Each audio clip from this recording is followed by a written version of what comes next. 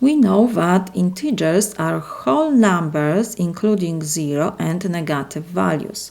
So let me write this. We have whole numbers from negative infinity, -4, -3, -2, -1, 0, 1, 2, and we are going to positive infinity. To find how many integers we have, it will be very difficult to write these numbers and then count them.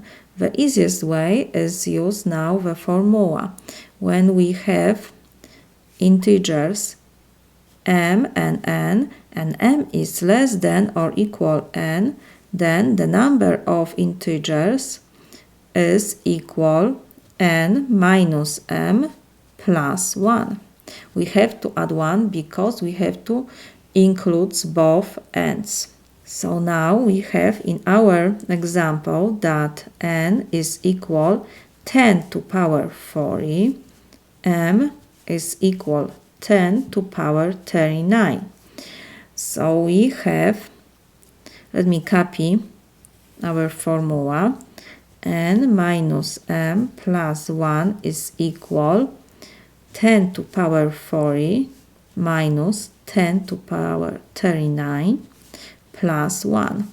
We can rewrite 10 to power 40, but this is 10 to power 39 times 10 to first power. When we have the same base, we add exponent. 39 plus 1 is 40, the same what we have at the beginning. And we have minus 10 to power 39 plus 1. So this is equal.